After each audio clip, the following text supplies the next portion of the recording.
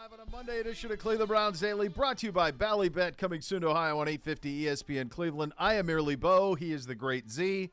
I thought, watching that last night, and over and really the last 10 years or so. Great to see you. Great to see you. Great to see you.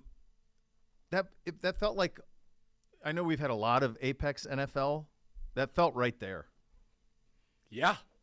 I mean, in terms of presentation, stage, deliverance of game, the teams that were involved, the excellence of both teams that were involved, it was a stunning achievement. What was the final? 38, 35? 73 points, 75, I believe, is the most ever in a Super Bowl. Yeah. It was great. It was amazing. It was almost perfect. And I know that we'll get Let's into do the that, positive stuff first. I don't even think it was that big of a negative, honestly. I think either, people are just mad about it, that it happened because they wanted more. You wanted more. That game left you wanting more. Give me overtime. Give me 500 overtimes. Never end this game. I don't want the season to end. I don't want this game to end. It's too fun. Yeah. Well, let's do it now. Okay. So I think once Bradbury says, yeah, I did it. I held him. That's it. Once that happens, if you're looking to turn it into that, it's over. He defused the bomb immediately by saying, yeah, I hope that they would let it go. And I'm pretty sure you and I are aligned on this. I am a big spirit of the rule guy. Time and place. I don't think you call holding the same in the first quarter as you do the fourth. I understand you establish, and a rule is a rule.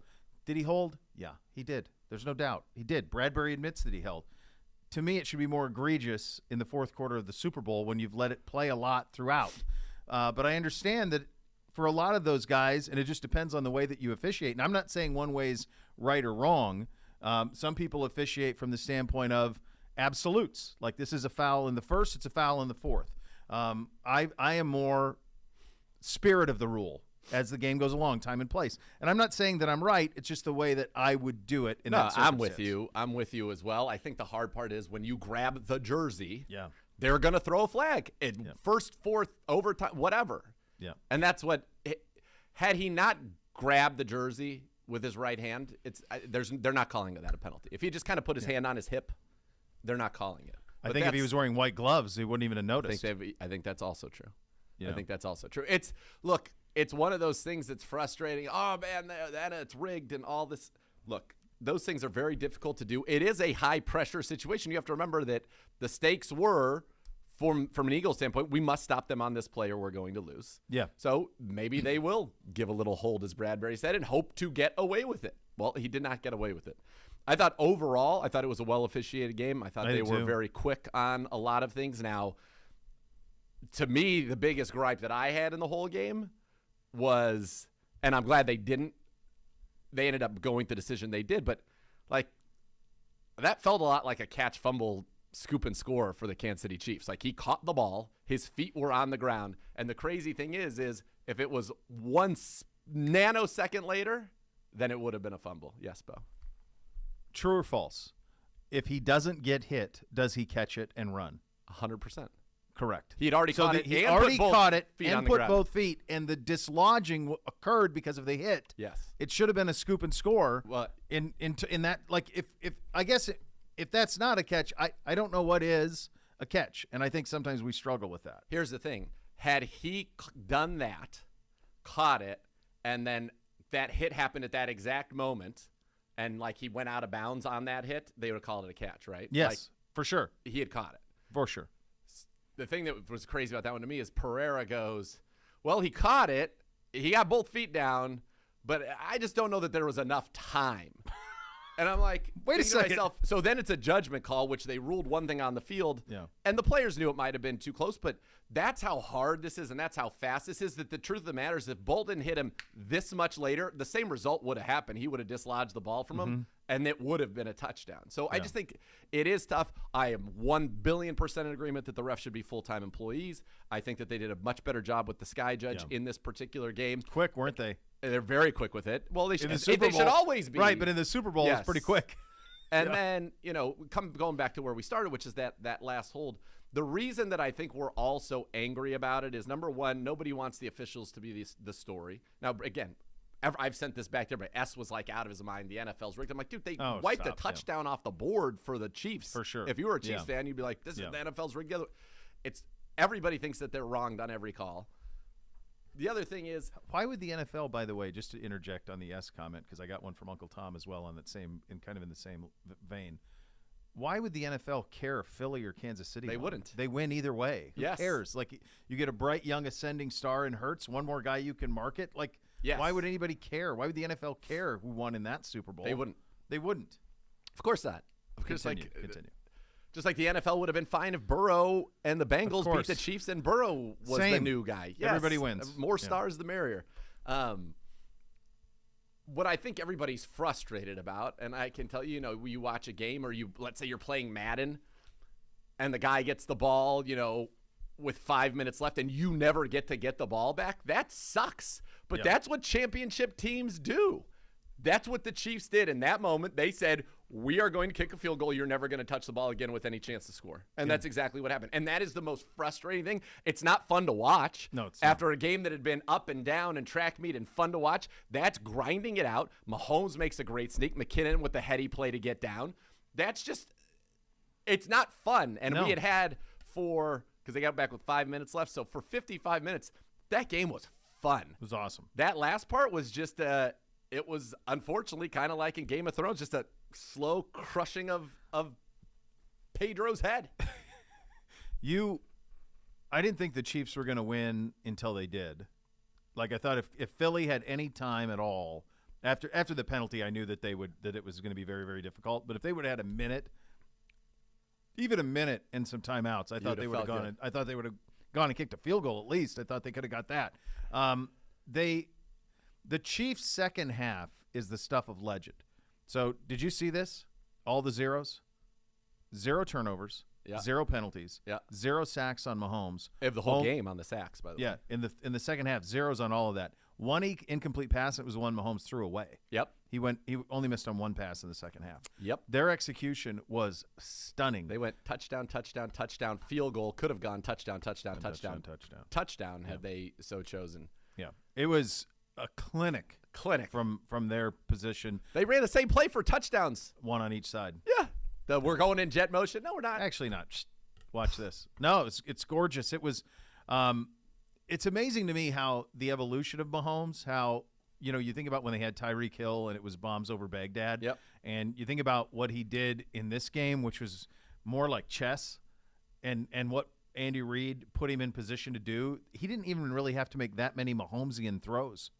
A lot of it was late was such a huge it was play, but yeah, it was. But in terms of like hard throws and tough impossible angles, they really didn't have to do that. Like, a lot of it was just schemed wide ass open. Like, it was amazing what they were able to do with just scheme and throwing to guys where there on the one touch, this last touchdown to Sky Moore, there wasn't anybody within 10 yards of him. No, same with the Tony one. The one to Kelsey was a dime. That was a dime. He's superb, obviously, but like sublime. Quarterback rating 131.8. Yeah. 21 to 27. 3 touchdowns. So the other part of it that was pretty amazing from the Phillies side is, and you have to give credit to their approach, which was take the ball, go score, and then just suffocate clock. They were 11 of 18, if memory serves, on third down. They were 13 of 18 if you factor in they went 2 for 2 on fourth down. Yeah, on like 4th and 5s. Yeah, the one in the big scramble by Hurts. That rugby scrum play is unstoppable. It's not in the spirit of the game, agreed. I don't think. But I'd like that to be out. I think too. You can't push somebody that's crazy on a sneak. Yeah, but they did, and so they take advantage of the rules, and they did. Hurts had 4 total touchdowns, ran for 3, another on the ground, 75 yards rushing, 300 and some passing. He was unbelievable. They had at one point they had 60 plays, and the Chiefs had 30. Yeah. At one point going into the fourth quarter, the difference in time of possession was it was 30 to 15. Yes. On time of possession. Like, at one point in the first half, I'm like, where in the hell are the Chiefs? And it's like, well, they got the fumble return touchdown. Mahomes said they didn't have the ball. At all. None. It ended up 36-24, which has to be one of the biggest differences by a loser in Super Bowl history for sure. Hurts was sublime. I mean, the fumble. Yeah. The fumble is going to loom large forever and ever and ever. They're still up 10 at the half with the fumble. Even with that, yeah. He was unreal. The throw to Goddard. That's another one. The officials could have easily called that incomplete to Goddard. Yeah. Easily. Right. And that was a 3rd and 14. He threw it in a window as big as a football. Right. He made some big-time throws. I'm with you. I think I think people are the most upset that we were robbed of. Nobody wanted this game to end, and so that call, in essence, ended the game in the most anticlimactic way possible. Nobody would have had a problem if the game ended. Philly gets it back down 3, kind of like when Philly beat the Patriots, and then Chris Jones breaks through, gets a sack strip fumble, and the Chiefs win that way. People would be like, "Oh man, the Chiefs came up," or whatever it is. But the way that it ended was just anticlimactic. It was kind of like last year. It's kind of like last year. I mean, last year the Bengals were at midfield with a minute, and it was like, well, good God, here they go, and then it was over. All of a sudden you were over. Like, what happened? Right. They didn't convert. They didn't convert. Yeah. Butker's miss, I was like, oh, boy. Loomed large. Yeah. That changes everything. And by the way, nobody talks about that. It's, just like they were robbed. Go right through that. I wanted to run this by you. So after the penalty, and it doesn't matter because it's 10 seconds, but can you tell me why Mahomes snapped the ball with 16 seconds on the play clock, on a running play clock? Oh, hold on. On which play? It's like it's after Philly uses their last timeout. On one of the snaps, Mahomes snaps it with 16 seconds on the play clock. So it would have been after he took the kneel he took a knee. So first down, McKinnon runs. Yep. Philly calls timeout. That's their last one. Mahomes takes the knee. They run it all the way down. They took a timeout. Kansas City took a timeout. Isn't that the one to set the field goal? No, then they kneeled again, and they took another timeout. So I don't know if there was a third play. Okay, maybe it was one. Maybe I misread it and thought that the Giants were out of timeouts before they were. But I swore Mahomes snapped it with 16 on the play clock with the running game clock. Because I thought I remember thinking to myself, they can take this to nothing. So maybe I have that wrong. It's possible that the play clock had stopped. They run it on 1st and 10 at the 17 after Mahomes scrambled. People forget, Mahomes scrambled. They went 3 plays in a row when it was, they were in 2nd and 8. Yep. Then they get 7 yards to Kelsey, 3rd and 1. Pacheco, 10 yards. Then Mahomes on 1st and 10 to 43 scrambles for 26. They were at the Philly 17. Mm-hmm. Then it's Pacheco up the middle for 2 yards, 2-minute warning. Mahomes to Juju for no game, timeout Philly, 154. 3rd and 8, is the penalty. So first down. No play. Then first down is McKinnon, Neal's, timeout 3 Philly. So then that's it. Yeah. So now you're at 2nd down. Now Philly let some time run off of that. If maybe that's what you're saying, because that play started at 154 and ended at 130. They called the timeout at 136, and it was a 9-yard run. So there's no way that play took 18 seconds. Then he kneeled, timeout Kansas City. After that ran all the way down. Then he kneeled, timeout Kansas City at 11 seconds. He kicks the field goal. Yeah. So maybe that's it. Maybe that's the spot in between where that play. It doesn't matter anyway because it's 10 seconds and it's done. But here's the thing that I think Bradbury's grace allows for. It allows for that to be a relative afterthought in what was a superb game. It'll mostly be about the Chiefs because him saying that now you're disqualified. You can't go into they blew it. He said it. I did it. I wish that they would let it go. But I held, and that's it. And so it allows for it. It's heady stuff for Mahomes going forward. I mean, this is heavy, man. It's 2 MVPs, it's 2 Super Bowl MVPs, it's 2 Super Bowl championships, and three shots at the Super Bowl in 5 years. In 5 years. He has not ever not been in the Final Four. He lost to Brady when he didn't get the ball back after the touchdown to Gronk. Then he wins the Super Bowl against the Niners. Mm-hmm. Then he loses the Super Bowl to Brady when their defense out, but he played great. He made some unreal throws in that game. Yeah, massacred. Then they lose to Burrow and the Bengals. That's the only one he had the ball in overtime and didn't do anything with it. Yep. And then now they won a Super Bowl again. I mean, he's never not been in the Final Four. Yeah. He's got let me use an NBA analogy. He's in a way like LeBron in that physically we've never seen anybody do what physically he can do. The arm angles, the off-platform stuff. He can do stuff with his arm and with his legs and from all different angles that we've never seen before, much like LeBron is somebody physically we've never seen before. But he is also a little bit like Steph in that he is universally liked. I mean, I know we don't like Steph here because of the history, but everybody else kids love Steph Curry, love him. Kids love Mahomes. Like, he's got a chance to be maybe the biggest superstar this league's ever had in terms of staying power, likability, and excellence. Because Brady wasn't likable, and it wasn't until like the sixth Super Bowl with Brady that you were like, oh, he's great. Like in the early Super Bowls with him, he got those 3 Super Bowls early. Peyton Manning was the number 1 quarterback in the NFL during that time. It wasn't Tom Brady. Yep. It wasn't until after that Brady was that. Mahomes is the best player in the game on the best team in the game, accomplishing it all in real time while also being kind of like universally liked. Yeah. Pretty cool guy. Yeah. By the way, Brady 10-4 in championship games. Brady played 14 championship games. Oh, yeah. 14. Yeah. Right. Like he's at 5. It's going to be interesting with him because on the LeBron conversation with Mike, it's always like 6 rings, 6 rings, 6 rings. Will Mahomes be judged by the same? Will he have to? Because the difference is he's been the best player on 2 Super Bowl champions right away. And from day one. From day one, he's the best player, the most important player on his team. Yes. Brady, that was not the case until probably the second stretch of Super Bowls. Yeah. The first stretch was their process, their system, and all of that.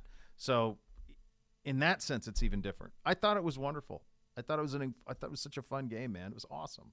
It was great. I came away thinking, like, if you're us, if you're anybody else in the league, like, you better get weapons.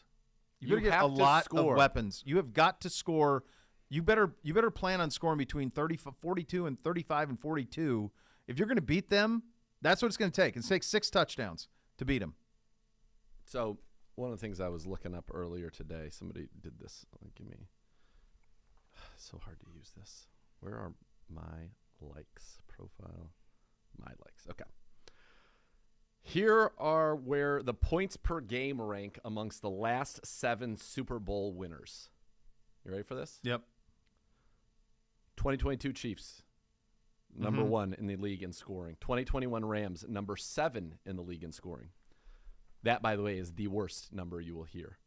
2020 Bucks, number 3 in the league in scoring. 2019 Chiefs, number 5 in the league in scoring. 2018 Patriots, number 4 in the league in scoring. 2017 Eagles, number 3 in the league in scoring. 26 Patriots, number 2 in the league in scoring. So of the last 7 Super Bowl champions, all were top 7.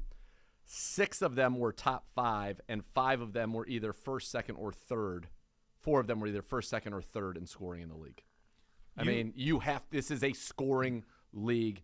Period. You have got to score the football. There just aren't. You're not going to be in a point where there are enough weapons.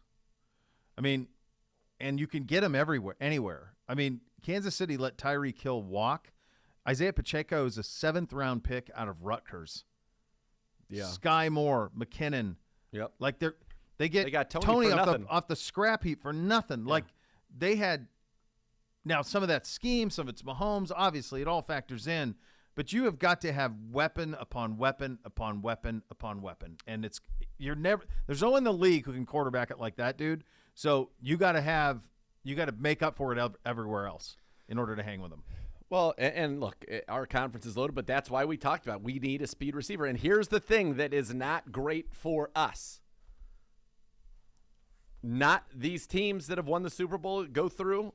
So we just did the last 7 Super Bowl winners, right? That I did that fun thing there. Yep. Can you name the starting running back on any of those teams? So Chiefs this year was a committee with Pacheco. Yeah. It was a 7th-round pick, McKinnon off the scrap heap. Yeah. Rams last year. Who were they running in the Super Bowl?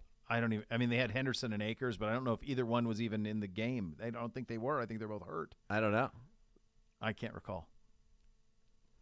The Bucks in 2020 had Fournette. There was a veteran there too, but it wasn't. I mean, it's Brady and Evans and Godwin and Gronk. Yeah.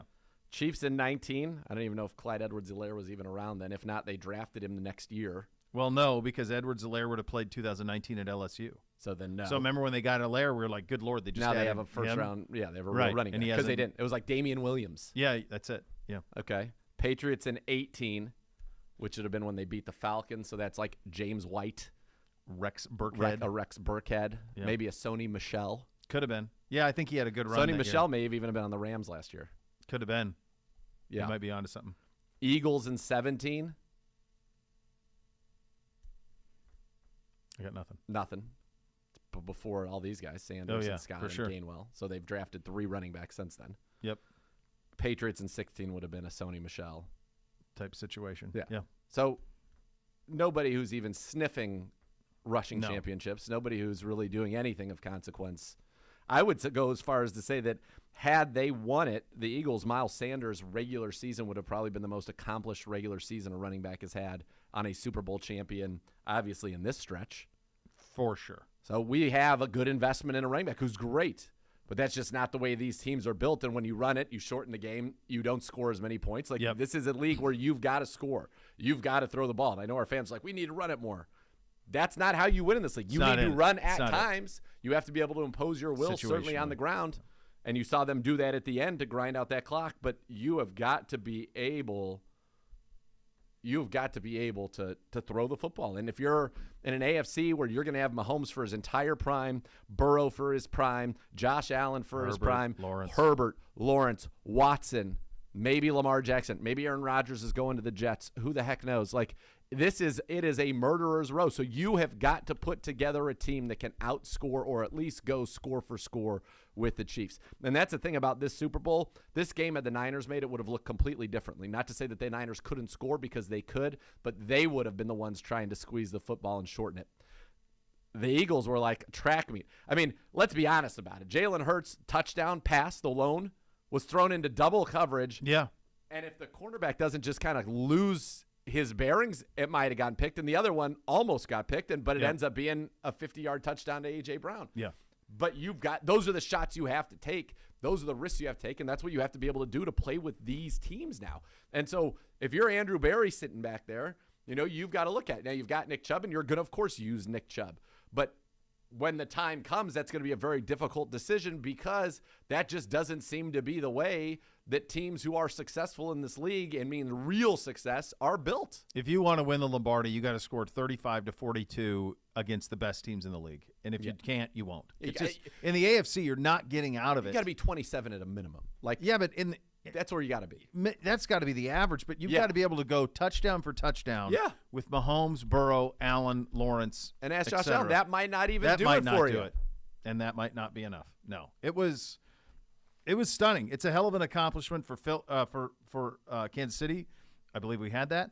I believe we did have that. 37-34, I think I picked it. I was outside of some ride at Epcot making that pick. I think I picked it 37-34, and you said but same. I knew the Chiefs were going to win. Yeah.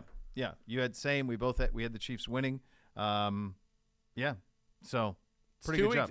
It's amazing to me that 2 games in a row for the Kansas City Chiefs, they were given no chance. And everybody's like, Kelsey's an idiot. Nobody said they had if you talk to anybody you talk to, every single person we had on Browns Daily last week, including the Chiefs writers, picked the Eagles. 100%. Not one person picked the Chiefs. Yeah.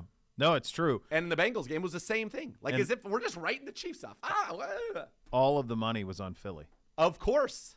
All of it. The best bet, and I said this when we went through our props, I said the best bet anybody can make, and there were a lot of people who had been, not say the best, because we can't do it, obviously, unfortunately, but the one that jumped off the page to me was Mahomes to win the MVP, because you had better odds than the Chiefs winning on the money line, and the likelihood of the Chiefs winning and him not being the MVP was so minuscule. Right. Why wouldn't you go ahead and give that a whirl? And you would have hit that. I mean, it was wild to me that literally, and I'm talking friends, everybody that I knew, who's going to win this game? 100% of people Eagles. Yeah. Except my buddy Mark Kling. He was the first person on text. He's like, said he agrees with me. People are discounting the Chiefs, like the Chiefs. Yeah, right. Yeah. Their experience matters, and they have Mahomes and Andy Reid. Andy Reid matters. He might be. We said this a couple of weeks ago. We always having the fun with the Kyle Shanahan one true genius conversation, and he's then there. We've had people a couple of people would push back and say, "Yeah, that's fine. Just add Andy Reid." Fine, and that seems to be appropriate based on schematically what they do. You don't see in an NFL game. People can bust on zones and stuff. You don't see back-to-back busts on the same thing in the red zone. No. It's hard to throw touchdowns in the red zone because everything's compressed. You can't run vertically, so the field's compressed, tighter windows. And they had layups Like layups. we could have thrown those touchdowns. That's right. Easily. Yeah. Maybe Yeah. even some other ones. I don't know. Maybe. Lots to get to on Could have this thrown one. it farther on the Hail Mary. Okay. We're way up against it. Let's just have this real quick. Unbelievable. So this is my theory on it. This is what I think happened. Because they would know how far he could throw it. Clearly. Yeah. My thinking is that have you ever tried to try something, and sometimes this happens to me in golf because I suck, where you try to do something so hard that you overcook it. Yeah, I think he squeezed the football and threw it down. Yeah. For sure. So anybody who's ever tried to throw a baseball or football, and that's probably right at the limit of how far he can throw it. It had to go 65 plus yards in the air. It's probably right to the limit of what he can throw it. He overgripped it. Yeah, and you need to kick that out with the perfect spot, because the other thing that happens is you torque it so much that you get a weird spin, and then it just goes. So he overgripped it, and he just threw it into the ground 40 yards. Yeah. It's produced some good memes, though. It has, but there's no way that they would do that play if he could only throw it 45 yards. And in fact, earlier in the game, we knew he threw the ball to A.J. Brown's way far, way further, and it was on the screws, so there was no way that he couldn't. Lots to get to on this. Obviously, you'll hear from some of the participants in what was an absolutely classic game. We need to go through this game for weeks, let's be honest. We've got no first-round picks, brother. Coming up next week, Bo's Week at Disney. Yes. Break it down. We'll break it all down day by day. Yeah. We've got best commercials. We will take a look at the halftime show, the pregame, the postgame, the hits and misses there. There's a lot to get to, and we will spend the next 2 hours doing just that. We're off and running. You listen to Cleveland Browns Daily, brought to you by Ballybet, coming soon to Ohio on 850 ESPN Cleveland.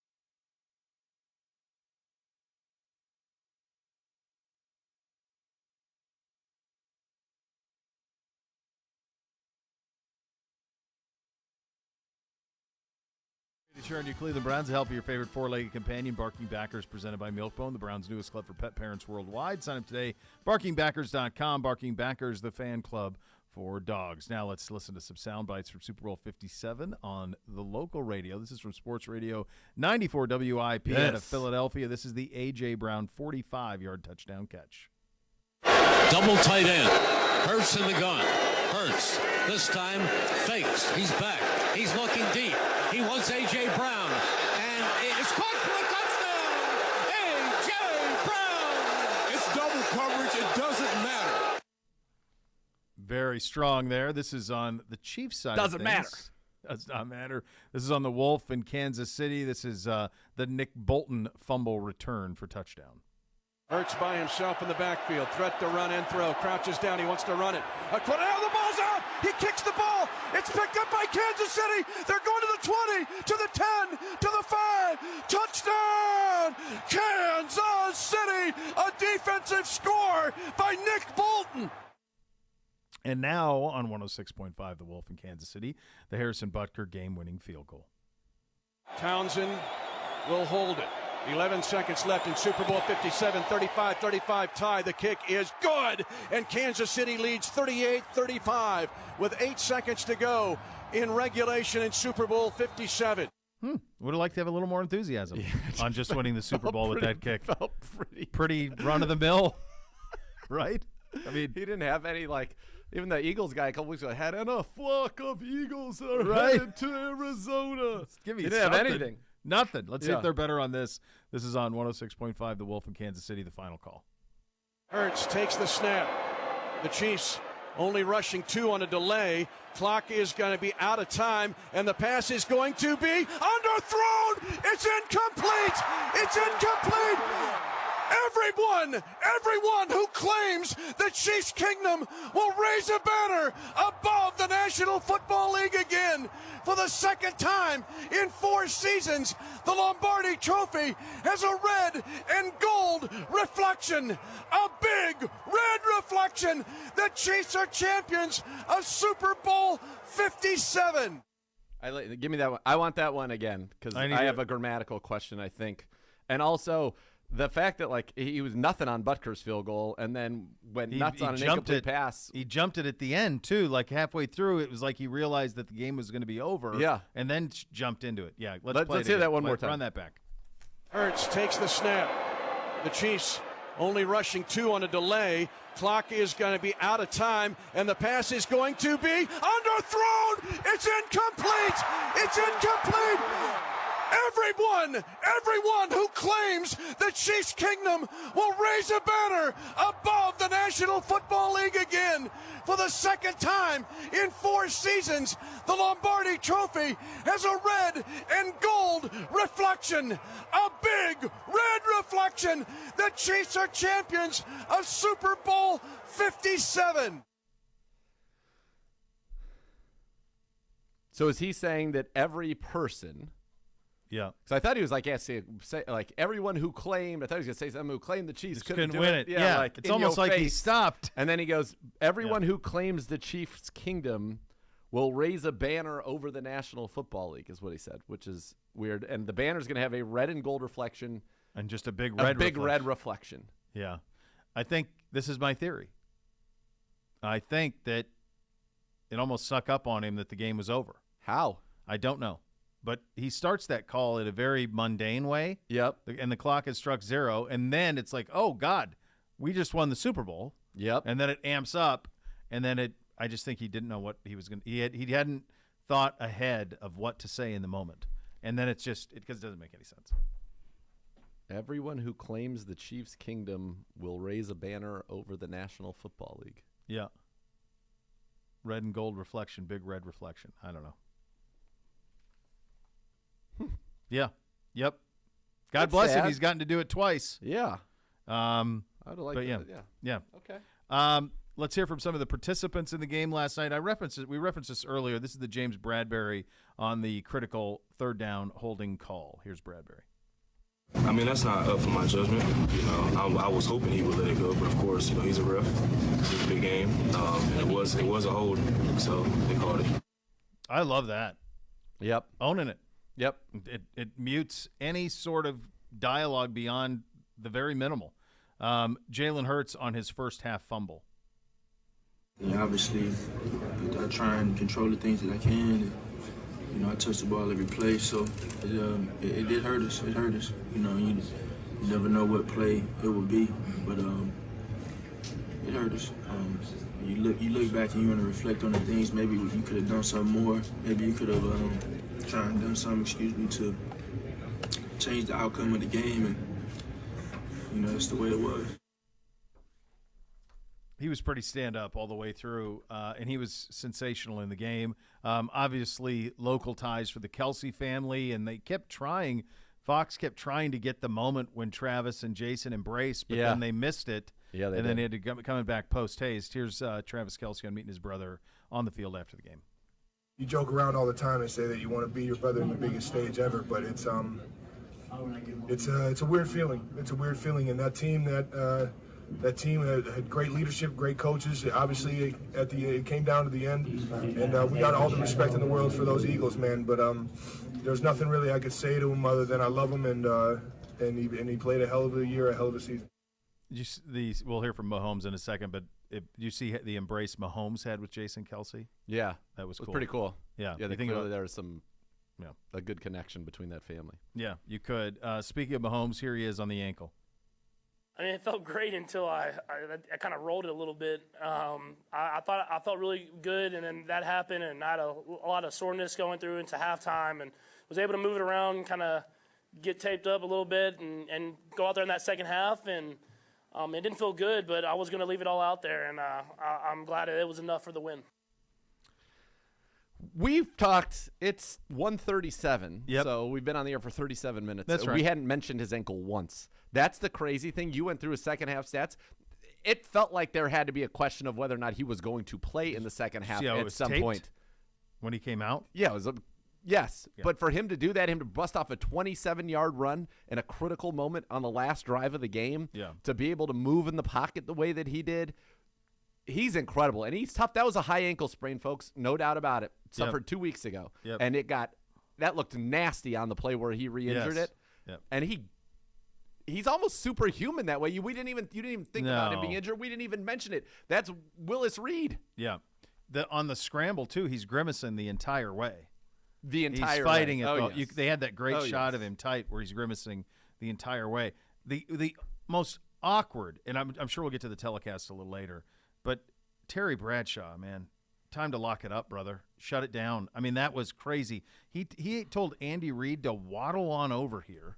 I know you heard that, which was just stunning, nuts to say. And then he ran. So then there was the Glazer thing happened. Was that pregame where that happened, where he had the report that this could be it for Andy Reid, and then Andy Reid's having to answer for it? Yeah. Like all week long and having to deal with it. So Andy Reid was asked Bradshaw on the podium, and then post-game about it. Here's what he had to say. Listen, I mean, I look in the mirror and I'm old. My heart, though, is young. I mean, I still enjoy doing what I'm doing. I got asked that 50 times here. And finally, I just go, whatever, man. Whatever. And that's a good friend. Jay Glazer's a good friend. So, I mean, he's probably telling me to get my tail out. I'm too old. But I'm good with what I'm doing right now. So, how many coaches have 3 Super Bowls? Belichick, yes. Walsh, Walsh, yep. Jimmy, Chuck Noll. Is that it? With 3 or more? You start doing the 2 game, I bet it's a dozen that have 2. Gibbs has got 3. Gibbs has 3 too. I bet there's 5 with 3. I bet it's Gibbs, Noll, Belichick, Jimmy Johnson, and Walsh. Those would be my 5. Jimmy Johnson's only 2. Oh, yeah, Switzer won. So Belichick 6, Noll 4, Bill Walsh 3, Gibbs 3. Okay, so there's 4. And Bill Walsh, and Bill Walsh and Gibbs won all of theirs. The 6 that they won were in a 10-year period. Yeah. Yep. Yeah. Well, that makes sense. I mean, it was all. So there's am 4, I reading this right? 4 who have 3 or more. Okay, I think I think there's like 13 that have 2 or more. Andy Reid 2, Tom Coughlin 2, Mike Shanahan 2, Jimmy Johnson 2, George Seifert 2, Parcells Flores. 2, Flores 2, Shula 2, Landry 2, Vince Lombardi 2. That's it. That's the list. Yeah. So how about this? From 1980 to 1991, every Super Bowl was won by the 49ers, the Raiders, the Giants, or the Redskins. Save for the Bears in 85. In 85. The Bears are the only ones to upset the apple cart. That's it. Yeah. That's 4 teams? Well, yeah. I mean, it's kind of mirrored by the NBA at that time, where it's either Lakers or Celtics already playing for it every year for a decade. Raiders in 80, Niners in 81, Redskins 82, Raiders 83, Niners 84, Bears, to your point, 85, Giants in 86, Redskins in 87, Niners in 88, Niners in 89, Giants in 90, Redskins in 91. Yeah. That is nuts. Yeah. And by the way, save the 2 Raiders, that's all NFC. Mm-hmm. Yeah. Oh, yeah. And that continued because then it was Cowboys, 49ers. Then it went Cowboys won Cowboys 3 out of the 92, next 4. Cowboys 93, Niners 94. Cowboys 95. Cowboys 95. Yeah. Before. That's crazy. Yeah. And then Packers 96. And then it was Broncos. So that's the way it went. Yeah. No, it was. So, yeah, Reed's not going anywhere. No. And by He's the way, a mad scientist. He's got this kid winning at 27. One more puts That's him in a different rarefied level. air. Yes. That's different. Absolutely. Now you're one of 5 5 to do that. Yep. And I saw they're already the favorite for Super Bowl 58, which is something they weren't heading into this year. That's another thing. Good pointing to you on Kelsey. Like the Bills were the favorite this year to win the Super Bowl. It was not Kansas City. It was not. So they were not viewed. A lot of people had the Chargers ahead of them. People had the Bills certainly ahead of them. So they were a team that, for what they've accomplished, I can see how you would be like, put some respect on our name a little bit, and they backed that up certainly. There's a lot more to get to on this, including the playing surface, which was a debacle. We will get to that coming up next. You listen to Cleveland Browns Daily, brought to you by Ballybet, coming soon to Ohio on 850 ESPN Cleveland.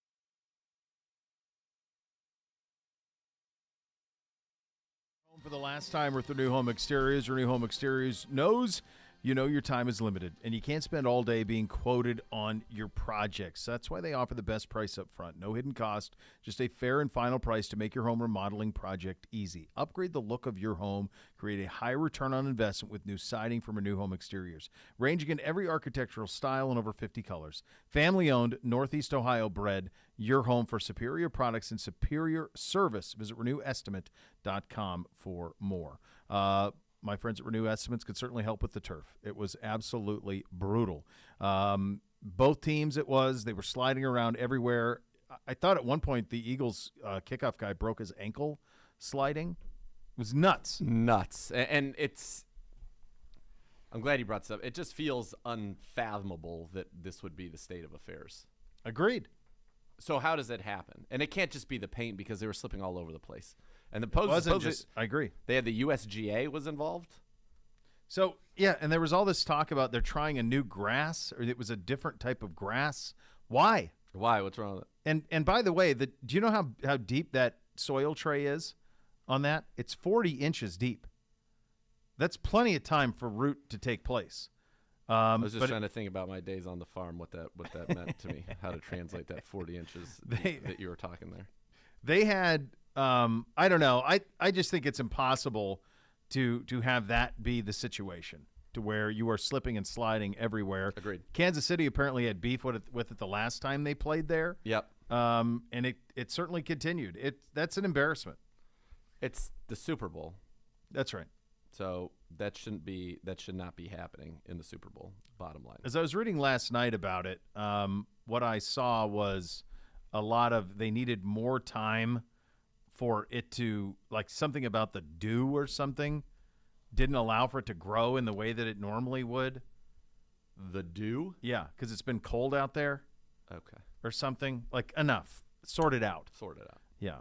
We were talking about Mahomes and the greatness. Kevin Cole with this. Otto Graham might be the closest thing in a much different era, obviously. But first 5 years as a starter, 5 straight championships, 47-6-3 in the regular season, and 2 MVPs, 3 first-team All-Pros in a very different era. But that's the type of start to career that you're dealing with. Yeah, and yes, obviously hard to compare across eras. Otto Graham, incredible. Yeah.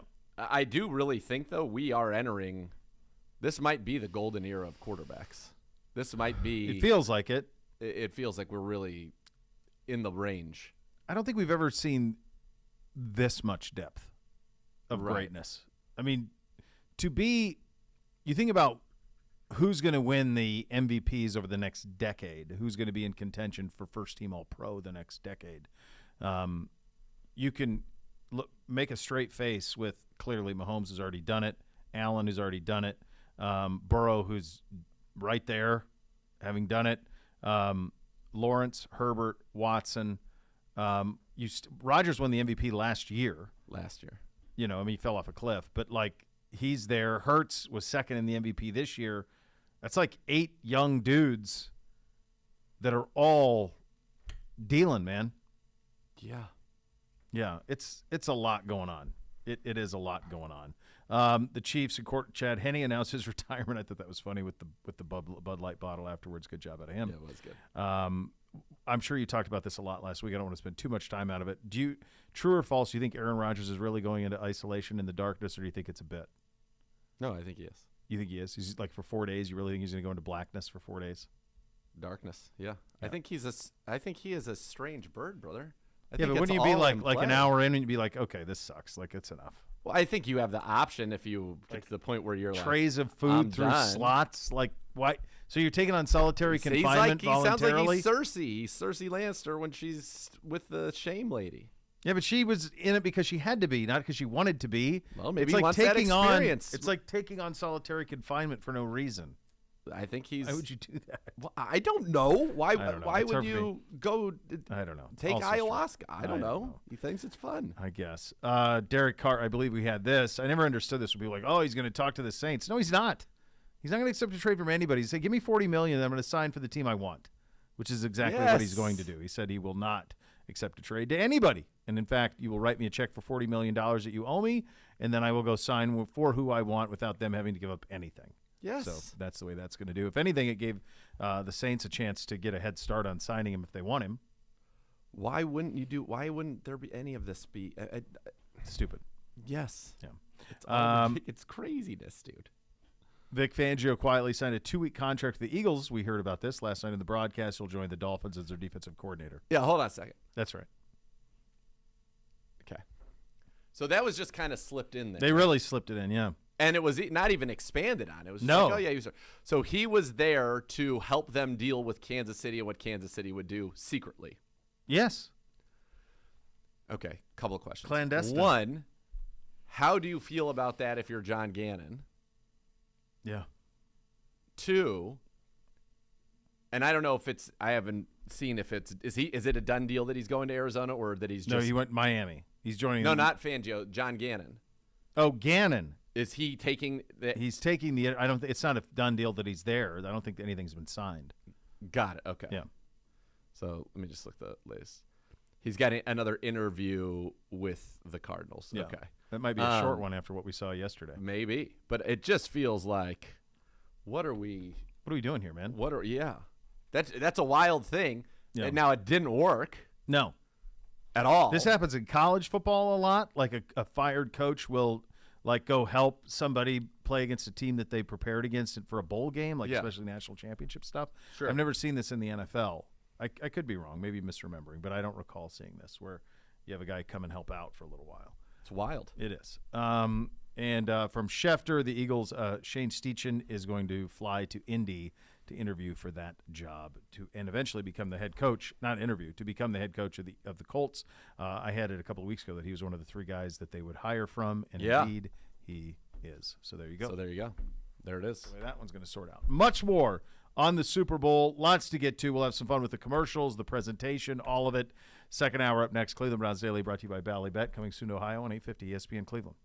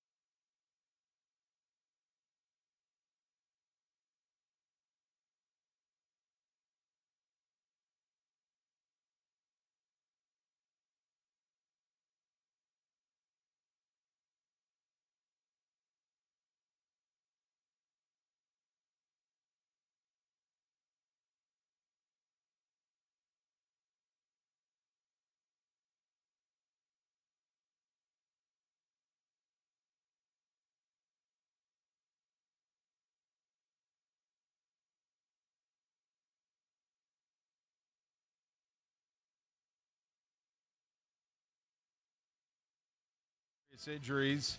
Call 1-800-ELK Ohio for a free case review. Elk & Oaks, proud partner of your Cleveland Browns.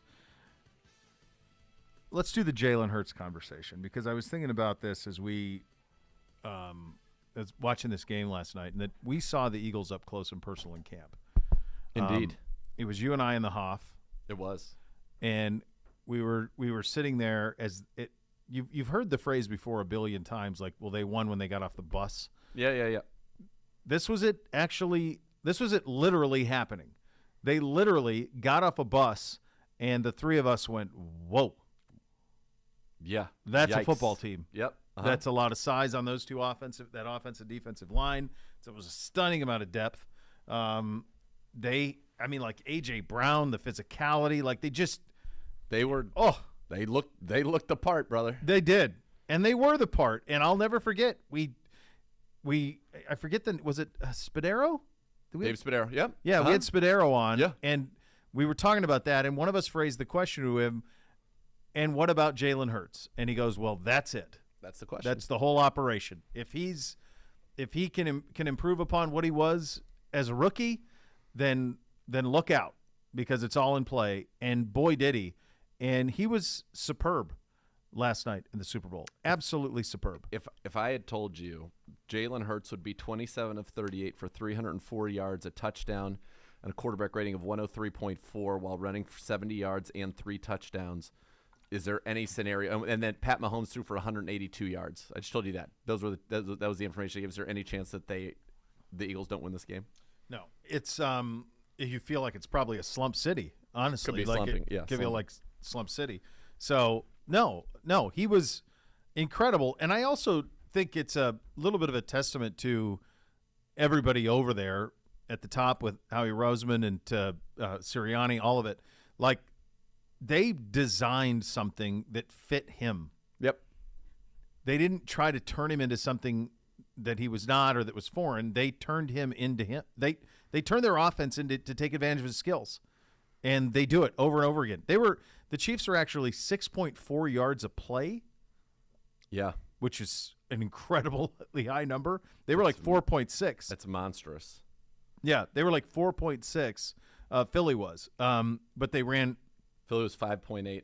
5.8 for the game, which is also awesome. Really awesome. And to your point, 13 of basically 18 in conversion situations, because I add the 2 from the 4th down to the 11 out of 18. Same. Yeah, as you said earlier in the program. That's the way that you do that. That's the way you got to do that. So 13 of 18 on that. Every short yardage was a gimme. It was just it's really a testament to the kid, the organization, and putting everybody in the best position to succeed. He had to leave his college because he was deemed not to be good enough. He was benched in the national championship game at halftime because he could not throw the ball effectively. And he just threw for 300 yards in a Super Bowl. Yeah. Including a bomb touchdown. That's right. And he was really 27 of 37. I mean, the last one was incomplete, was a Hail Mary attempt. Yeah. So he was spectacular. It just goes to show. I mean, turnover, which was a devastating turnover because it was a touchdown. Yep. And then the punt return. It's the little things. We haven't talked about that yet. They're the better team. They are. Yeah. And that felt like, in many ways, some games that the Browns played this year where one inopportune turnover and one bad coverage on a special team, especially early in the year. You could go back to the game against Baltimore. It was the sack strip fumble in week 7 and then a big punt return that led to them to 10 points. We lose by 3. That's how it kind of felt if you're an Eagles fan right there. It did. Let's talk about the punt. Sure, let's talk about it. It's one of the worst punts in a Super Bowl. It was a line drive, so Tony can get it on the go. Yep. And then cut back across where he's an entire wall set up. The thing that they said after that, which was right, they punted and they only had to go 5 yards for the touchdown. Yeah, he just ran it. He returned all the way to the 5. That was a big 3 and out though. Before that, it was a huge 3 and out. But that was coming right off an Eagles touch or a Chiefs touchdown. Then they get the 3 and out, and then that punt. It was basically 38-yard punt, and it was they lost 27 yards on the play. It was basically a 14-0 swing. Yes. In 4 plays. Yeah, because they scored 3 and out. They get punt. It back, and then they scored on 3rd down on the play to Sky Moore. Yeah. So it went 14-0 points in like a 2.5 minute, 3 minute span. Yeah. You went from up to down. Like yeah, that. they were. It was 27-21, Philly. Yeah. They score. It goes 28-27, and then before you know it's 35-27, and then where you're like, this game is all time.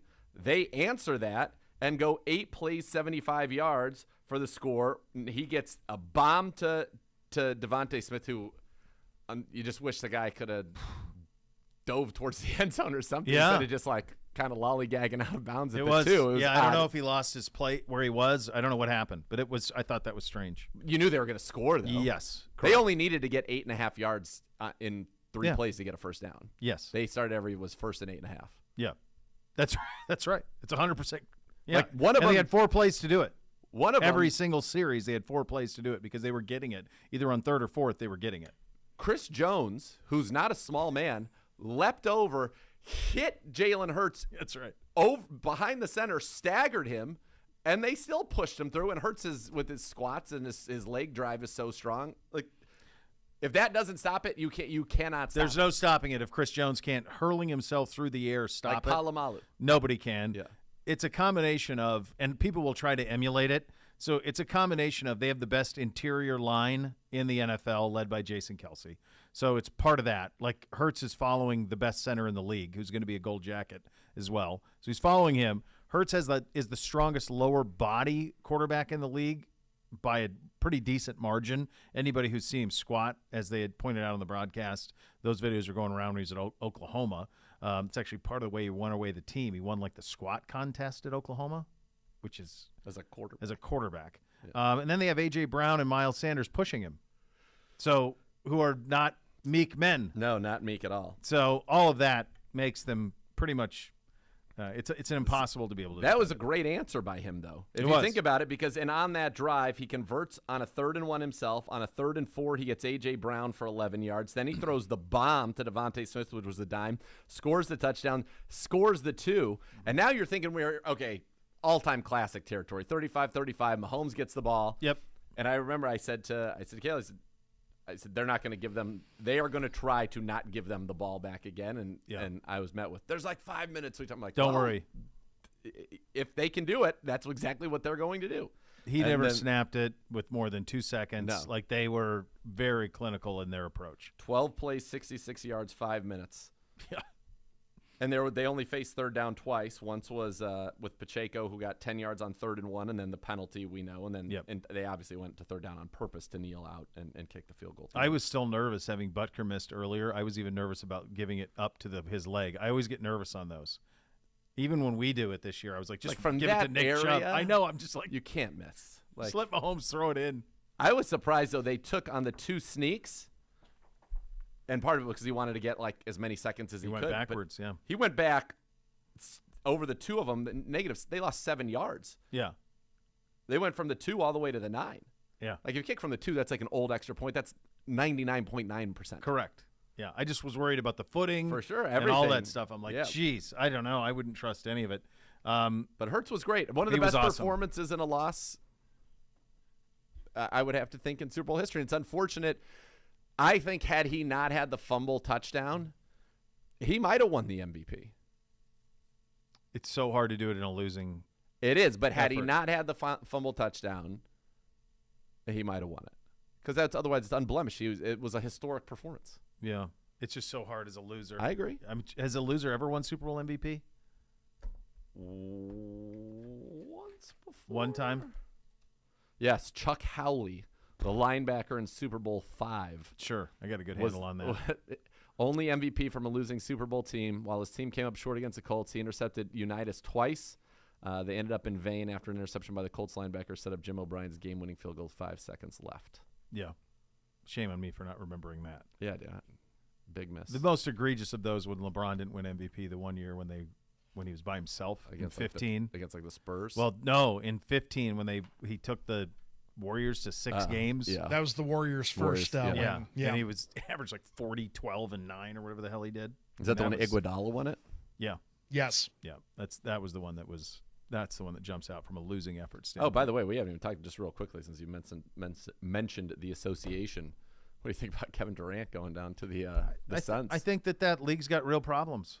Like, I realize nobody cares because there aren't any Brooklyn Nets fans, but like 3 years ago you had Irving, Harden, and Durant, and now you have none. They played 16 games total together. They won nothing. That's the craziest number of all. They 16. won nothing for any of it. They didn't like they didn't like your boy Steve Nash. Steve Kerr. Yeah, how do you not like Steve Nash?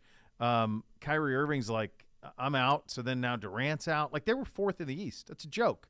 It's a joke of a league. It is. They're not doing anything for fans. These voluntary sit-out stuff that they're doing.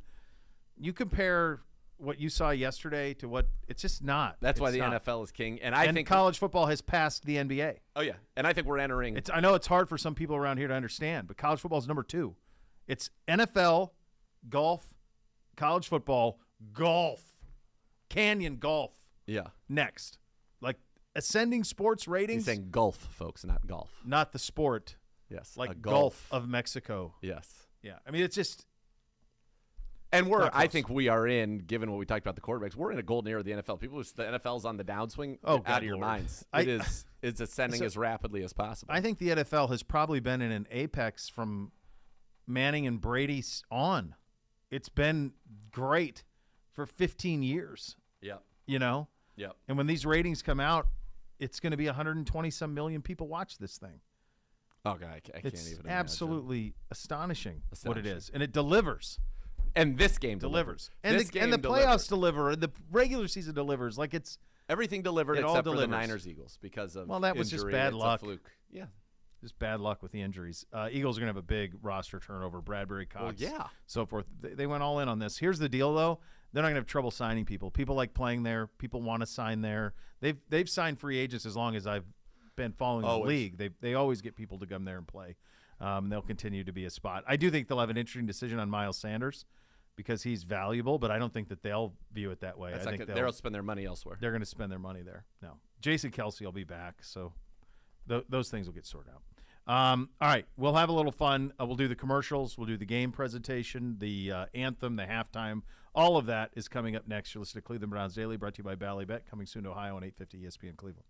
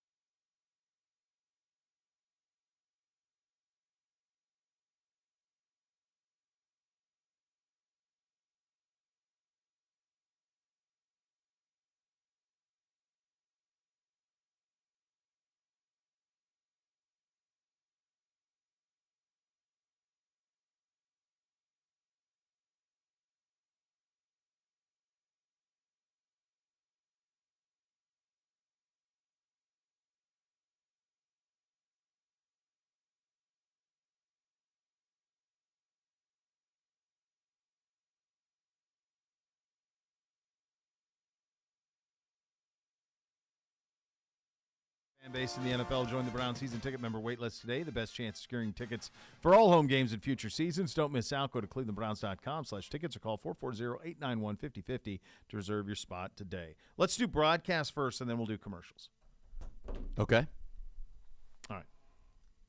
Pre-game, lead up. What'd you like? I didn't get to watch a ton of it because we were in transit. Same.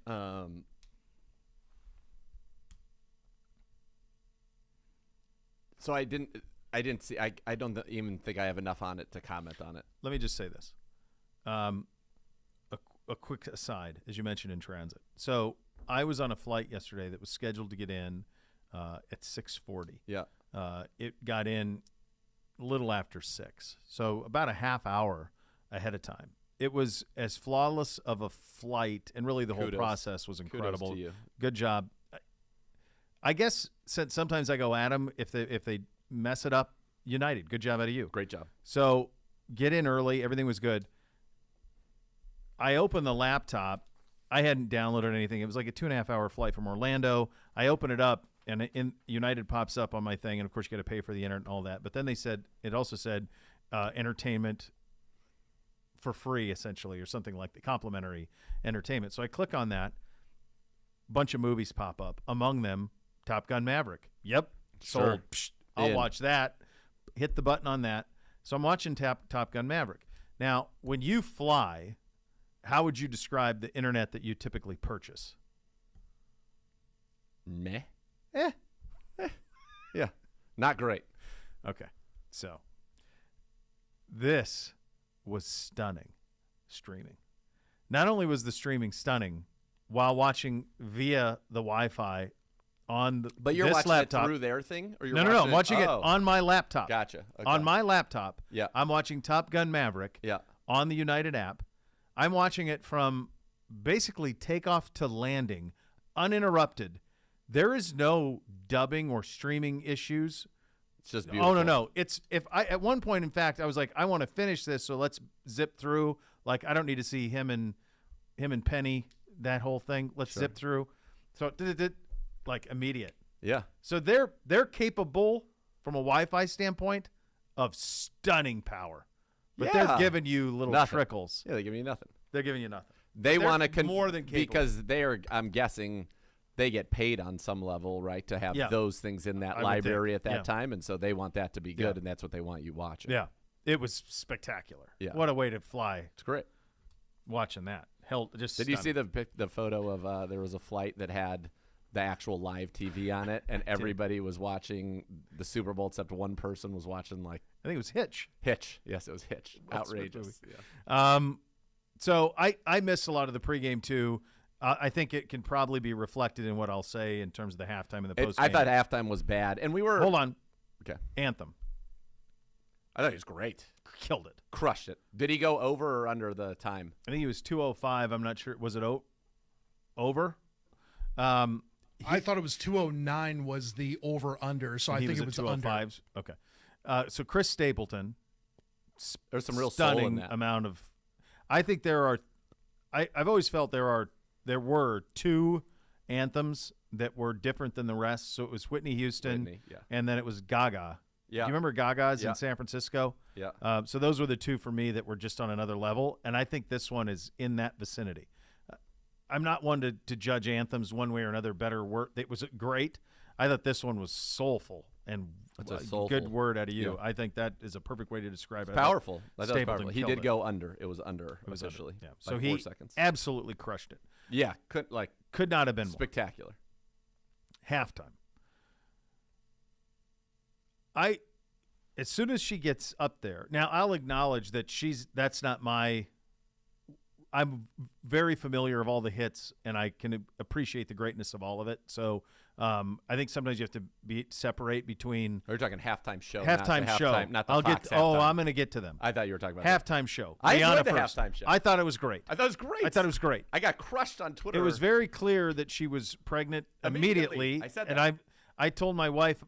I said, do we know that did she either just have or is she? And apparently that was the unveil. Yeah, that was the unveil that she is. That she was. Yes. I was nervous the entire time she was on that thing, even though I saw that she was harnessed in. Yeah, but she was harnessed in to the thing. To the thing. So if like the thing went, she went. She went. Yeah, that made me so nervous. No chance I could have done that. My palms sweat right now thinking about it. Done that. At one point, it kind of was going like this. Yeah. And I was like, yeah, can't do it. Won't have it. I thought she crushed it. I thought she was amazing. Look at that. All the luminaries. She was great. Amazing. Why do people have a problem with it? I think people just suck. Yeah. I did find that they want to have beef on everything. As I went through the mentions to see, there's a specific type. Yeah, I think I can probably identify. Not everything can be Snoop and Dre. Here's your youth again for 30 minutes. Like not everything can. There's only one of those that are done. But I'll tell you, for Miss K, oh, I bet it was. This was college. This was her college anthems and all of that. Were you surprised that? Nice job out of you. Were you surprised from her college days? Yeah, it's true. I know. I like it. Were you surprised that no Jay-Z, no Drake, no? Because isn't she? There's always all those guys. There's always one of those guys. Somebody. Yeah. But I was fine with it. I thought she was great, and I thought the visuals were unbelievable. I agreed with you. Like, there's no way I could have gone up on that thing. At one point, she was up high, dude. No. Like she was way up, high enough that if things went bad, it made me nervous. And I love that all the people in the white suits. It's so bizarre. Like, who thought this is what these people needed to look like? Yeah. But it was great. Yeah. All right, let's do the Fox. It's awful. It's awful. It's awful. It's awful. It is. I'm sorry. Bradshaw, who I know people here aren't crazy about, for the longest time, I really thought he was pretty damn funny. Very entertaining. Lost it. It's the fastball is gone. Changeup's gone. Yeah, there's nothing. There's no knuckler. There's nothing. No. They did something where they what was the deal they set up to him? Was it the cleats situation? Yes. And then he's like kind of bumbled through it. He bumbled through it. They clearly he's like, I don't even know why this is happening anyway. Yeah. Like, okay. It was crazy. The interview that he did on the stage post game was an abomination with Reed. Like, just it wasn't cool. No, it wasn't cool at all. It wasn't funny. It wasn't anything. It was just bad all the way around. I found that in the what they actually said offered nothing. There was nothing from a breakdown standpoint. There wasn't anything. It was like at one point one of them said, I can't remember if it was Jimmy or Michael said, well, obviously, no, Jimmy goes, they'll go to Chad Henne and he's capable. What? Are you kidding me? Yeah, no, not true. Capable. I feel like Howie's the only one that really takes it seriously. I think he is too, and I think he's the only one who does his homework. Yeah, maybe? He's kind of annoyed. I think at times. I would say. I thought there was nothing. It's to like get SNL now. It's like an SNL skit, unfortunately. Yeah, there was no positives to get to it. What did you think of Olsen and Burkhardt? I think Olsen is. I love listening to him. I love his insights. A lot of times, when I watch these games. Not every play, but certain plays that something jumps out to me, I'll often comment on it. Yeah. And we were saying a lot of the same things, which made me very happy. Yeah. His voice is just, it doesn't have a lot of gravity to it, I think is the way to say it. And I think that's unfortunate. And that's not anything that he can control. But I think the way that the insights he provides are as good as anybody in the NFL right now. I think he sounds too close to Burkhardt audio. Yes, their voices are too similar. Their voices are too similar for me sometimes to differentiate.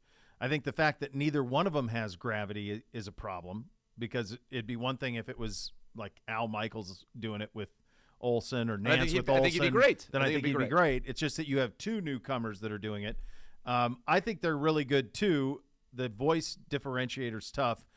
It was interesting. My wife was like, who are these two? Where are the normal guys? And I'm like, they're gone. ESPN hired the normal guys. This is what was left. Fox said, doesn't matter. We're not going to invest in those guys. They could have. They should have tried to Buck. They should have poached Ian Eagle and Charles Davis and made them their number one team. I don't know that Charles has, as much as we love him, I don't know if he has enough for that. Yeah. These guys are placeholders for Brady anyway, allegedly. And but I don't know. Burkhardt? Probably Burkhardt and Brady as it goes, but I don't know if Brady's going to. Who knows if he'll even want to do it by the time it's all said and done. Yeah. He may bail on the whole operation. Yeah. But then I started to think to myself, this is the first Super Bowl since when that Michaels, Nance, Buck, Summerall, because that's it. Then you got to go back to like, who is that? I mean, you got to go back to like, who was calling the was that Dick Enberg on Super Bowls in the early 90s when they were on NBC? All right, here you go.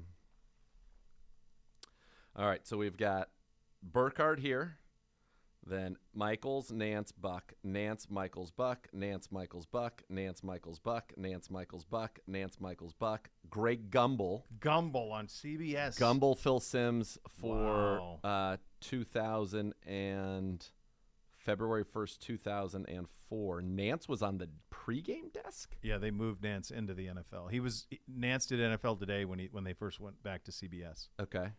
So Gumbel and Simms. Sideline reporters were Armin Katayan. Where did I happen to that guy? And Bonnie Bernstein. Yep. All right, then you got Michaels, Summerall, Gumbel. Michaels, Summerall, Dick Enberg is 98. Enberg in 98. Summerall, Enberg, Michaels, Enberg, Summerall, Michaels, Summerall, Enberg, Michaels, Summerall, Enberg, Frank Gifford. Wow. January 20th, 1985. So that would have been the Niners. That would have been the Niners Super Bowl over the. So that was a Monday Night Football production. It was ABC. It was Gifford, Meredith, and Theismann. Yeah.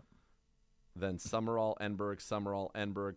I don't remember Dick Enberg doing that much stuff, and that's like in my youth. Don't you remember Oh My? Oh and My, all that? yeah. Kurt Gowdy. Now you're way with back. John Brody and Merlin Olsen in 79, and then it's Kurt Gowdy, and then Ray Scott with Summerall as the analyst. So for CBS. Ray Scott was the voice of the Packers. And Summerall was the analyst. Yeah. So that's the way that worked. He knew the Packers. So he does Ray Scott. How about this? The first ever Super Bowl, you have Ray Scott for the first half with Jack Whitaker for the second half. Okay. With Frank Gifford as the color commentator and Summerall as a sideline reporter on CBS. NBC had Gowdy and Paul Christman with Charlie Jones on the sideline. Then the next year, it's Ray Scott with Summerall on commentary, Gifford on the sideline. Then the next time you get Jack Buck, Joe's dad, in 70 with Summerall as the color commentator again. Wow. So Summerall was color commentator in 67, 68, 70, 72, 74, and then in 76 he moves over and becomes play-by-play. I didn't realize he was a color commentator before he was play-by-play. I know he's a punter, in the old days, but I would not have known that either. So this is the first non-Nance Buck Michaels since Gumbel in 04. Yep. And Gumbel in 04 was really well known. I mean, he was still doing at that point. So like the fact that Kevin Burkhardt, like, that's a pretty remarkable group that he just busted into. He joined, yeah. Him and Greg Gumbel Olsen. did 2. Yeah. Total. And that was it. Yeah. Yeah. So he was the original play-by-play voice of the NFL on CBS. When they got back into it, when they got bought back into the AFC after losing the NFC. They lost the NFC in the early 90s to Fox. Then when the AFC came up again from NBC, CBS stole it. How about this? Stole it back. 1984. Summerall and Madden do the Super Bowl. Oh, actually, this is maybe even better. So Summerall and Madden's first Super Bowl is 82. Yeah. So that would have been the Niners' first Super Bowl win. Pre-game show is Musburger with Jimmy the Greek, Bradshaw, and Staubach. Wow. Then in 84, it's Summerall and Madden, Musburger with Pat O'Brien, Jimmy the Greek, Phyllis George, yep. Dick Vermeil, Charlize Canty, and Tom Brookshire. Yep. How about this one? 85. So Niners, this is the Niners. So Niners. that was Gifford, Meredith Theismann. Pre-game show. Al Michaels and Jim Lampley are the hosts.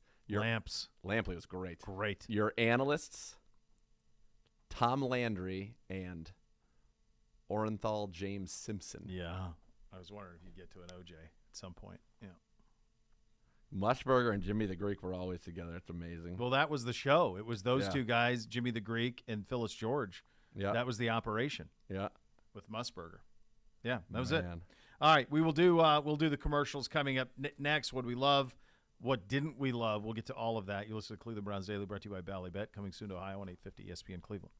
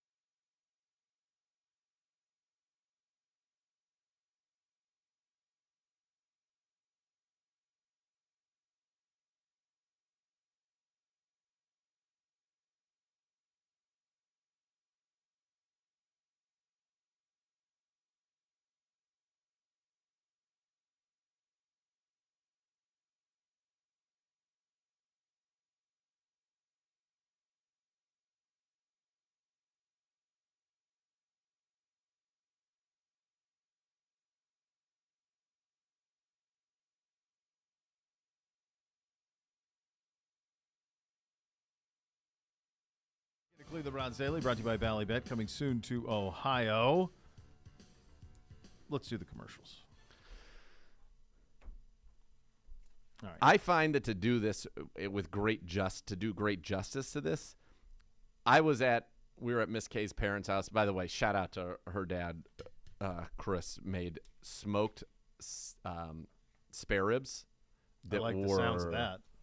Amazing. Good Okay, job. I'll give you a question. How many rib bones did I have?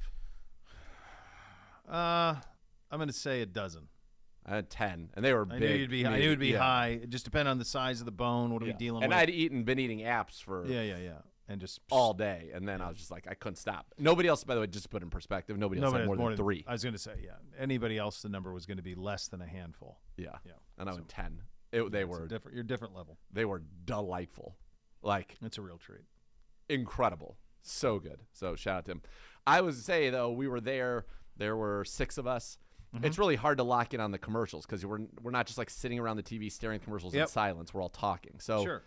I don't have a great read on the commercials. I can tell you there was one commercial that spoke to me, and I bet it did. Captivated everybody there. We all were locked in. At the time of my life, was the Caddyshack one. Perfect. It was great. It was perfect. The fact that they had Logan Roy was playing Judge Smales. Unbelievable. Amazing. Just amazing. Serena Williams involved. The actual Danny Noonan involved. Actual Noonan. Actual playing partner of Smales. Or a doppelganger. For Dr. Beeper? Yeah. That would be incredible if it was the actual Dr. Beeper. It's either that or a doppelganger. Looked exactly the same. But it was the actual Danny Noonan. Actual Noonan, 100%, Yeah. So that was... That one was the best. Incredible. It was so fun. I thought that one was great. I thought the Duncan one with Affleck and J-Lo at the end was great. With him serving coffee. And where she's like, "What are you doing? What are you doing? Like, this is what you say when you go to work all day." You're embarrassing me in front of my friends. It's a great line. You're embarrassing me in front of my friends. That was great. I thought that was very, very good. I haven't thought the Clueless one was good. Lee Silverstone hasn't aged, which is she looked remarkable. great. And they found the girl. That girl, incredible for her. Yes. Probably great. Back in the mix. Yeah. No idea where Stacey Dash was, but everybody else was involved. I was always a big Stacey Dash guy growing up. Big fan. Well, why would you not? Then you had the Workday Rockstars one was fun with it had the guy from Kiss. And they were saying, you're rock stars. Actually, they would come in and say, actually, we're rock stars, like Ozzy Osbourne and all that. Yeah. I thought that I didn't see that one. That one was very, very good. The Breaking Bad one was amazing. Like, Jesse Pinkman just doing, and then Tuco at the end. With the chips? The one with the chips. Yeah, that was good. And, like, they both went right back into character to do that. I thought that one was sensational as well. The other one there were 2 that pulled at a different emotion that was just incredible emotion there was a dog food one where oh my God, you would have been a puddle of tears. I would have been bawling. Yeah, no, it's I like didn't see Farmer's Dog or something like that, some dog food company. Okay. And it starts out with like the little puppy coming in, and then it was the puppy through his life eating the dog food in the life of the kids. Oh, man. And then all the way to his end. Yeah, I don't know. Like the gray hair. Nobody wants that. It was so emotional. And then the Disney one, because we just were there. Yeah. So that was a little bit emotional for us as well. I'm sure. I thought the Zoolander one was good too. The great acting or great taste with Zoolander. I enjoyed that. By the way, the name is Alyssa Donovan. That's who it is? Is the name of the woman who they found that was Amber and Clueless to get back. So good for her. Wow. And the back in the mix. Dr. Beeper, deceased 2010. So then this guy looks just great like doppelganger. Him. When you run it back, I'm gonna watch it. Logan Roy is just great. Logan Roy as Smales is amazing, and it looked like it was shot at the same course. It had the look. Because that course is still around. Still around, yeah. It's a country club in Florida. Yeah. I'm always surprised when I watch Caddyshack. I wonder if country clubs just were not kept in the same pristine manner that they are today, because that at times it looks like it's in pretty bad shape. And Bermuda's hard. It's hard to make Bermuda golf courses look great. Yeah, it's not the bent or the hybrid with the Sensimilla that Carl's been working on. Yes. I also there was one other one that Dunkin' Donuts with Affleck was good. There was another one that I kind of liked. Yeah,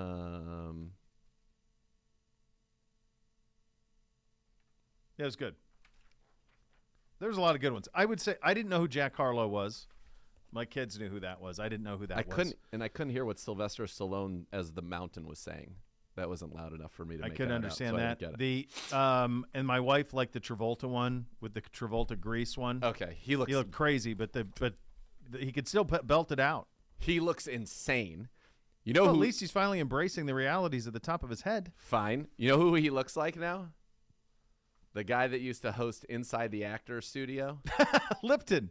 James Lipton? He looks a little bit like Lipton, Pretty dude. good. He looks like Lipton. I think there'd be a funny skit to do on SNL where he's doing that, and you get him doing Will Ferrell, and maybe they both do competing Liptons. I'd be there for that. That feels like a win. I'm also it clicked last night to me again in that I think I've told you before, like every once in a while when I don't have something to watch at night and I like watching stuff right before I go to bed, I've been rewatching Mad Men. And the fact that John Hamm, who played Don Draper in the lead of that series as an advertising next level dude. Exec. Yeah, and from a creative standpoint, Sure. the best in the business. The fact that John Hamm did that and then actually became someone who is now primarily known for the acting he does in commercials.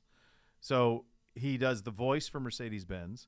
He does the Progressive ads with Flo, who, by the way, was in Mad Men, and I did not realize know that. She was actually in Mad Men in the first season, and then shows up in a Heilman's ad last night with Pete Davidson, of all people. That was wild. With Allison Brie, who was also in Mad Men. Yeah. So all of that, and I think like that guy who played that role in what he's most famous for is now kind of just doing. He did the bit part in The Town, well, more than a bit part in The Town. Great in Curb. He had a nice turn on. Great Curb. in Curb playing himself. Yeah. He was really good as Cyclone and Maverick. Very good. He was in those 4 or 5 scenes he was in. And he got thrown out of his fantasy football league this year. And that's happened before to him apparently because he finishes last and they throw him out. Yeah. So I always think that's interesting that he's basically become that. I like that. That is interesting. John Hamm, fine guy. By the way, can I get you to watch The Last of Us? Can I do that, please? I don't think it's happening. Please. I don't think it's happening. I can't do the zombie thing. It's not about the zombies.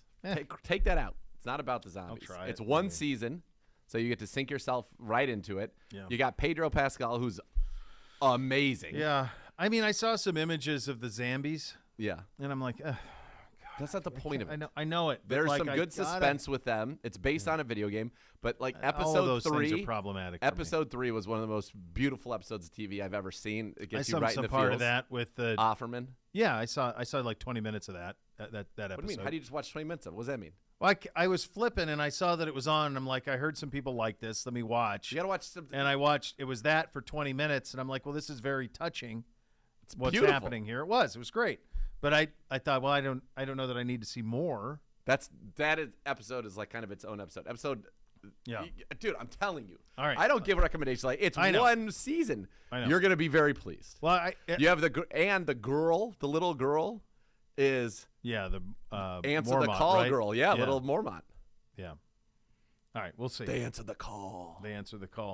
Where were you? Where were you? Nowhere.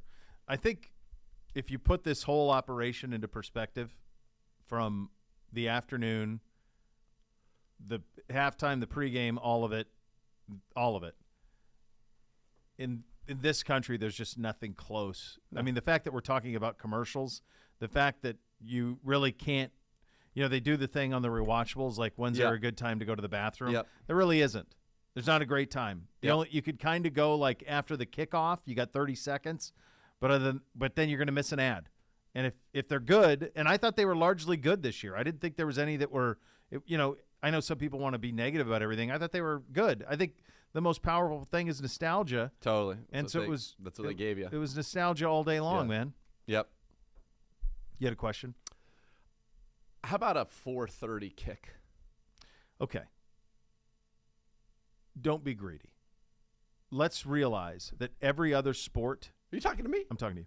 Every other sport in this country pushes back. 8:37 on college football championship It's outrageous. kicks. It's dumb. NBA Finals games 8:27. Major League Baseball games 8:08 in the World Series. Where they play that college football, I will say, on a Monday night, which is ridiculous anyway. You'd be when they were handing the Sunday. Lombardi, and you would be at what you would be doing is Halftime. you'd be at halftime. Yeah, that's where you'd be.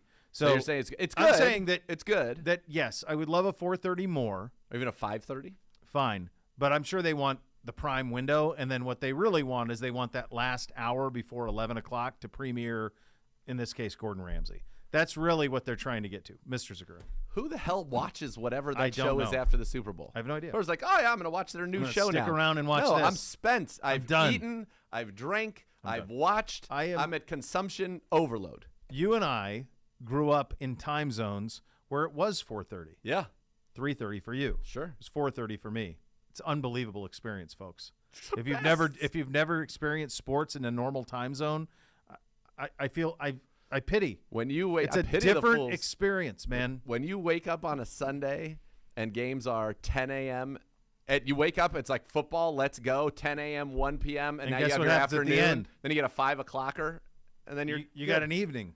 You have an evening. Yeah. No, the fact that my kids are basically able on a school night to watch this whole game, the two oldest, Like I'm so they can't do pumped. that in the other sports. No, I'm so pumped that WrestleMania is in LA this year because one of the great enjoyments of WrestleMania is the party afterwards. Mm-hmm. Well, when it's an East Coast show, the show goes till midnight.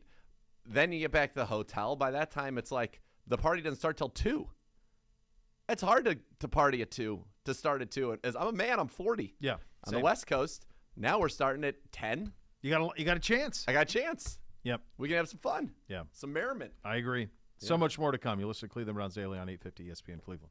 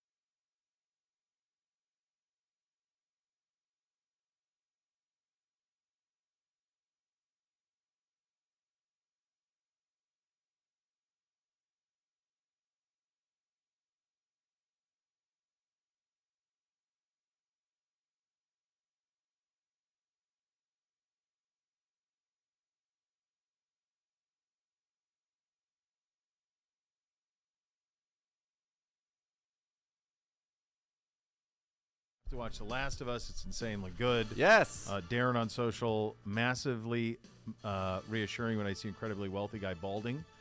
Confirms for him as a bald guy, there's definitely no solution. Look at Larry David. Larry David's been showing you that for years. Worth $1 billion. LeBron tried 1,000 things. He's fought it. He's protested. Yeah, he's really fought it. There's only so much you can do, kids. It's a hell of an NFL season. It could a great end, great season, and now the Browns are on a level playing field with everybody else. Let's go. Gonna be a long off season, brother. Long off season. Long off season. Where's Gibby? When's he coming back? Who knows? He's in Florida, just having time of his life. 30-30. He goes down there every week now? Basically. It's incredible. Yeah, it's good. Incredible how that works. The head honcho. I think tomorrow we'll do 40 minutes of Disney reviews. Yeah, we didn't even get touched on that. Didn't even get touch on that. Perfect. Yeah, we'll do all of that. You have that to look forward to. And we got to go through. We got more stuff for the game. We didn't do game balls or the goats. Oh, yeah. We have so all much that stuff. So much to get to. So much more to come. So much more to come. Although not today. Not today. The next level's coming up next. Thanks for listening, everybody. Cleveland Browns Daily, 850 ESPN Cleveland.